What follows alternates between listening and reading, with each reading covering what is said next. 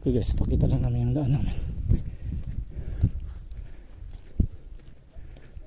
Papunta tong skina. Doon sa may skina, tinatawag na skina. Sementado na dun.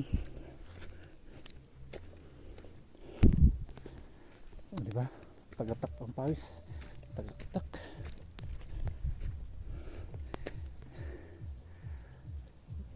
Yan, part 2 ng exercise natin. Kailangan tayo mag-exercise.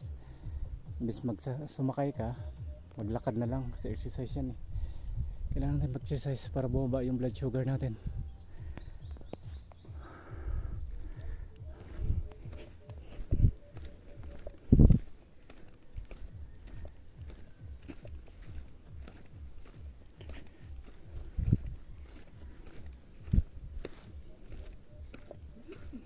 Init.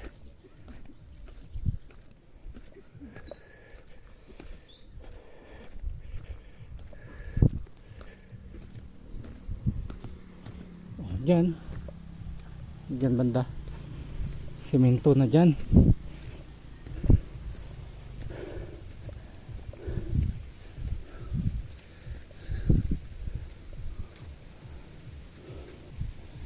Masarap na hangin. May daan dyan oh. Yan. Kawawa talagang mga motor dyan, lalo yung mga scooter.